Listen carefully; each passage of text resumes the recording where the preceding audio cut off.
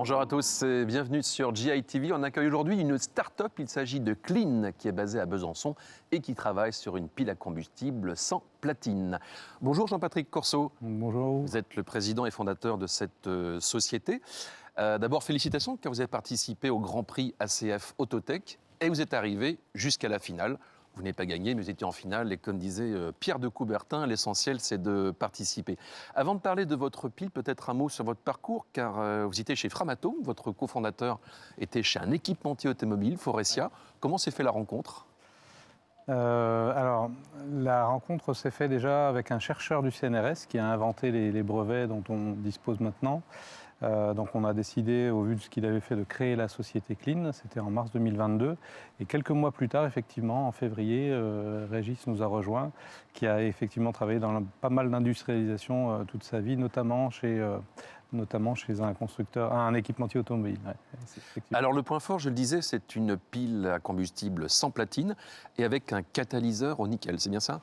C'est ça, on a plusieurs briques technologiques dans notre solution, dont celle-ci, effectivement. Ça a commencé par une membrane qui fonctionne en mode anionique et donc qui permet l'utilisation de nickel à la place du platine, effectivement. Donc ça veut dire une pile moins chère ou en tout cas moins de tension par rapport à ce matériau ? Effectivement, il y a plusieurs avantages. Le coût, ça c'est évident. On a un facteur 1000 entre les deux ressources. On a un facteur de durabilité également, puisque le platine, on a 13 000 tonnes dans le monde. Le nickel, c'est plutôt 100 millions, donc on a un facteur 10 000. Et en plus, on en a en France. Et voilà, l'avantage aussi, c'est la souveraineté. Ça fait partie de la durabilité, c'est qu'on est beaucoup moins en tension que sur le platine, où c'est Afrique du Sud et Russie à 90%. Exactement. Alors, quand on regarde votre site, on voit qu'il y a à la fois la pile et puis sa source d'alimentation. Ouais. Et vous proposez, si j'ai bien compris, une espèce de cube, en fait, où il y a l'hydrogène qui est dedans, c'est ça ? Alors, le cube, il peut avoir différentes formes. En fait, c'est l'avantage qu'on a, c'est qu'on a travaillé sur une substance qui est active à l'eau, qui réagit à l'eau pour générer de l'hydrogène. Et l'avantage, c'est au lieu de le stocker préalablement, c'est de venir générer l'hydrogène in situ. Exactement. Ouais. Et donc cette forme-là, elle peut être protéiforme typiquement. On peut avoir, on n'est pas condamné à stocker comme on le fait dans des réservoirs cylindriques sous pression, puisqu'il n'y a pas de pression en fait. Et donc ça peut revêtir toutes les formes qu'on veut. Ça peut s'adapter à l'équipement sur lequel on monte la pile également. Donc ça a pas mal d'avantages. On fait une sorte d'électrolyse en fait à domicile ? Non, c'est pas exactement ça. Ça voudrait dire qu'on vient injecter du courant alors que justement on veut en produire du courant. Donc c'est plutôt par voie chimique uniquement. D'accord. Ouais. Et donc l'idée, ça serait que ce petit cube, on puisse aller le chercher dans des commerces, chez un distributeur par exemple ? Oui, exactement. C'est le fait qu'il n'y ait pas de pression, que ça soit une substance complètement inerte, ça permet de le faire distribuer par n'importe qui, n'importe où dans le monde, sans avoir cette contrainte de attention, il y a un contexte ATEX ou il y a un contexte, tout simplement un contexte pression qu'on peut connaître dans les stations d'hydrogène, bien sûr. Et a priori, ça serait une première ? En tout cas, moi, j'en connais pas des solutions comme ça, effectivement. Ouais.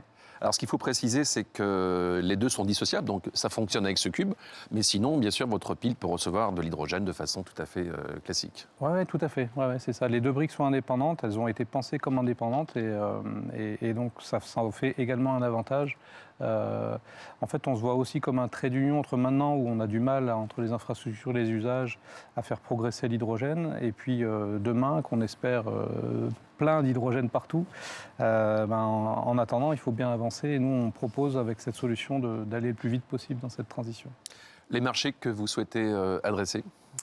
On a un premier marché qui est la petite à moyenne mobilité, ce qui est un peu différent de ce qui existe actuellement dans l'hydrogène, où on le voit comme une mobilité lourde et intensive.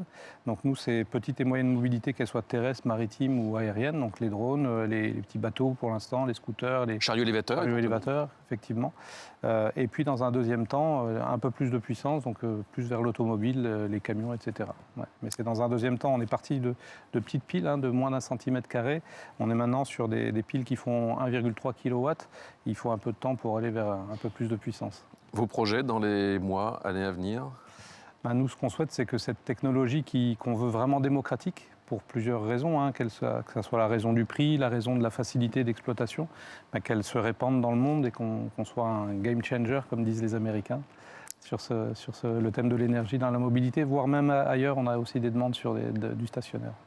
Clean, un petit poussé qui fait une pile sans platine et qui vise d'abord la mobilité légère hydrogène. Merci Jean-Patrick Corseau. Merci beaucoup à vous Laurent Meillot. Et à très bientôt sur GI TV.